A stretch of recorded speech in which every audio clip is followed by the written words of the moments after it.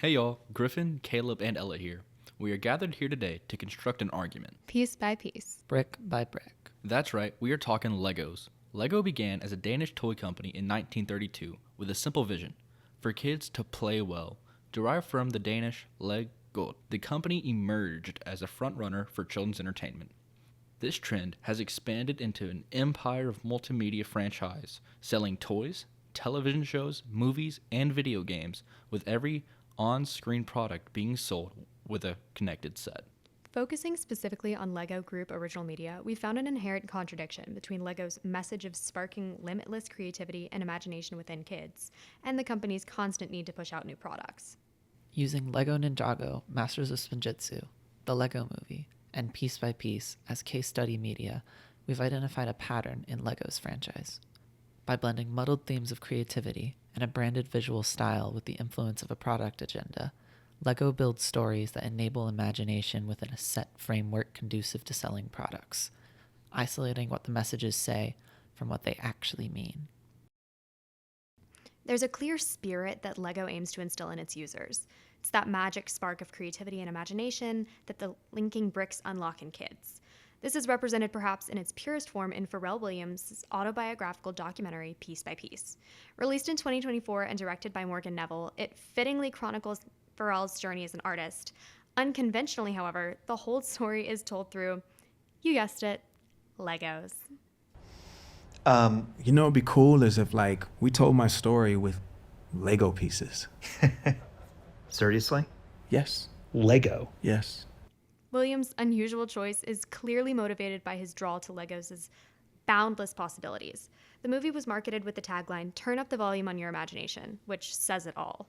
The LEGO Movie takes a different approach. The 2014 film's narrative presents a more mixed bag of themes relating to the power of creativity. The story follows Emmett, an average construction worker obsessed with following instructions to the letter. He is mistakenly identified as the Special, who, armed with creativity and ingenuity, is prophesied to defeat a tyrannical overlord and save the universe. I'm rescuing you, sir. You're the one the prophecy spoke of. You're the Special. Me? The Master Builders, those creative minds who are always changing and remaking the world of Lego bricks in which they live, realize their mistake in selecting Emmett, and they attempt to teach him to become a Master Builder. They attempt to teach him creativity. No, let's not let Emmett try! I haven't had any training! That's okay. We'll start with how to become a master builder. Step 1, trust your instincts. But Emmett proves to be more unoriginal than they expected. Despite this, Vitruvius sees potential in him. With proper training, you could become a great master builder. I could? The prophecy chose you, Emmett. All you have to do is to believe.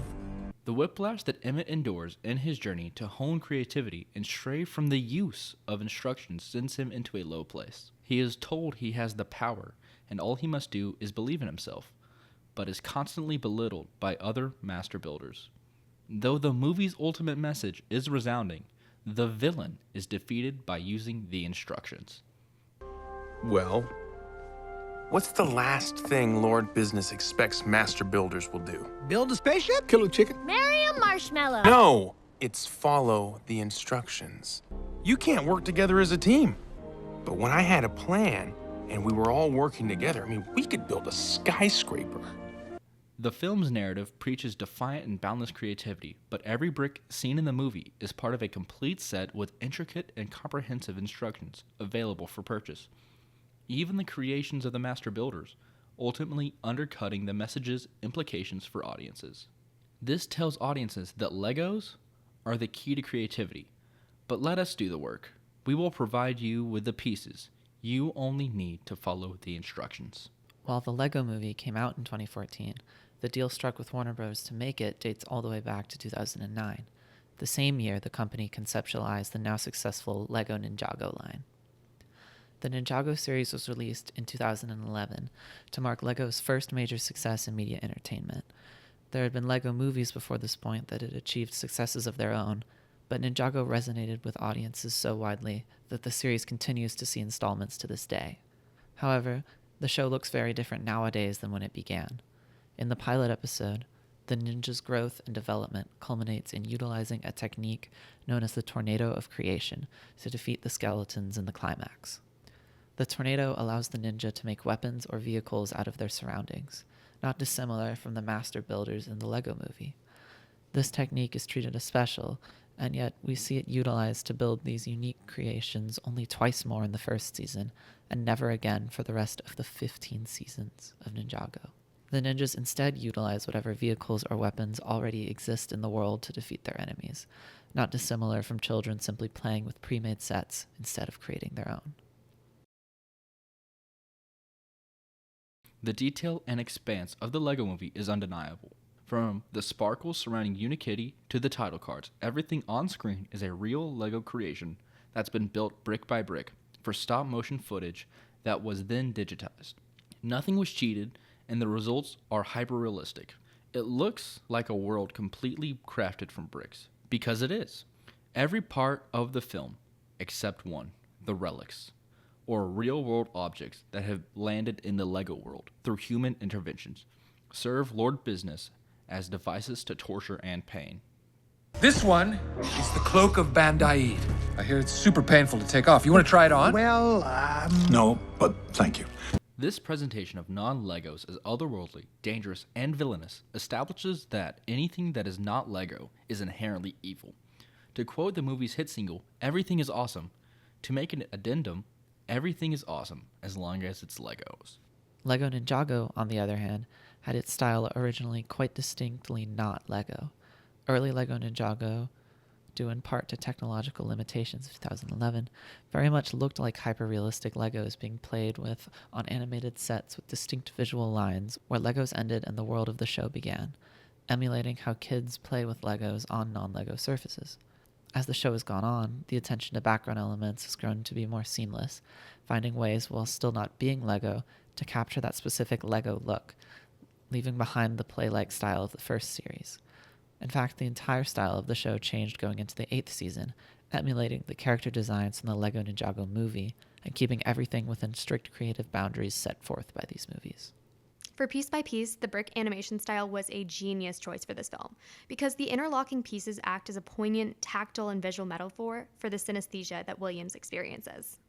I thought we all just stared into the speaker like, whoa. He builds music, what he calls beats, the way that kids build with Legos, taking pre-existing pieces and laying them together in new and exciting ways. The only limit is your imagination.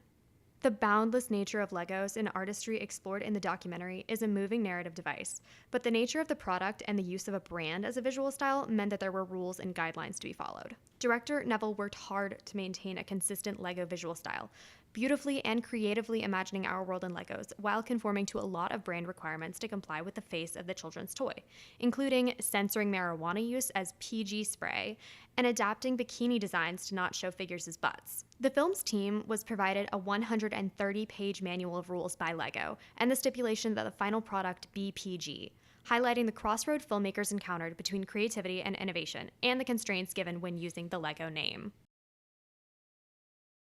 At the end of the day, Lego is still a toy-making company first and a media entertainment company second. The Ninjago brand came before the Ninjago story, and the influence of sets is felt acutely as the show must make up an excuse for the ninja to have a new vehicle and weapon every arc. The show addresses this concern indirectly in the first episode of Season 3, where the ninja return to Ninjago City to find it thrust into the future via technology. All of a sudden, the ninja are forced to deal with a world that not only changes around them, but forces them to change. The technology of the season bears resemblance to the Lego company themselves, and the ninja must adapt to their new world or be left in obscurity. Media scholars Liu, Yang, and Yi extensively investigated emotional branding techniques used in Lego Group Media and the Lego Movie. They note that through Emmett's journey, the audience is drawn closer to the character as he evolves into a master builder. Audiences are represented by Emmett's ambiguity and lack of individuality, so they can imprint themselves upon the character. The storytelling breaks the fourth wall when Emmett looks at the camera and says, You are the special. The connection fostered with viewers establishes that anyone can be a master builder, just like Emmett, with the help of Legos. It seems that every set in a LEGO movie has an equal and opposite real-life counterpart. Even piece by piece, though it is perhaps the closest in ideals to what LEGO thematically stands for, was still touched by the product's agenda. LEGO created and sold a limited edition set, To the Moon, inspired by this sequence in the film, for a whopping $109.99. LEGO has pushed for creativity all throughout its media universe, as long as there is creativity using LEGO. The constraints and boundaries of this are clear, but what's notable is the evolution of these rules. LEGO's media to this day maintains that creativity is best unlocked with the use of the company's products, but the evolution in media from Ninjago to the LEGO movie to Piece by Piece suggests that though the box's walls are firm, the box is getting bigger. No one needs to think outside the box if the box is growing with its audience. The LEGO Group has crafted and utilized a branded style of animation to its fullest potential, literally building new immersive worlds from the beloved bricks to create media that serves as extended promotional content for the capabilities of the product. Each piece of media serves the purpose of designing and selling new sets while underhandedly vilifying anything non-LEGO, whether overtly or more subtly. This vilification is continued by mixed messages of creativity and the power that each user holds. While each of the narratives celebrates the spark that LEGO products ignite, whether that be through Pharrell's musings on the boundless nature of the bricks, or the representation of the tornado of creation as the most powerful tool ninjas have at their disposal, the narratives decisively inject the axiom that the only way a person can express creativity is through Legos.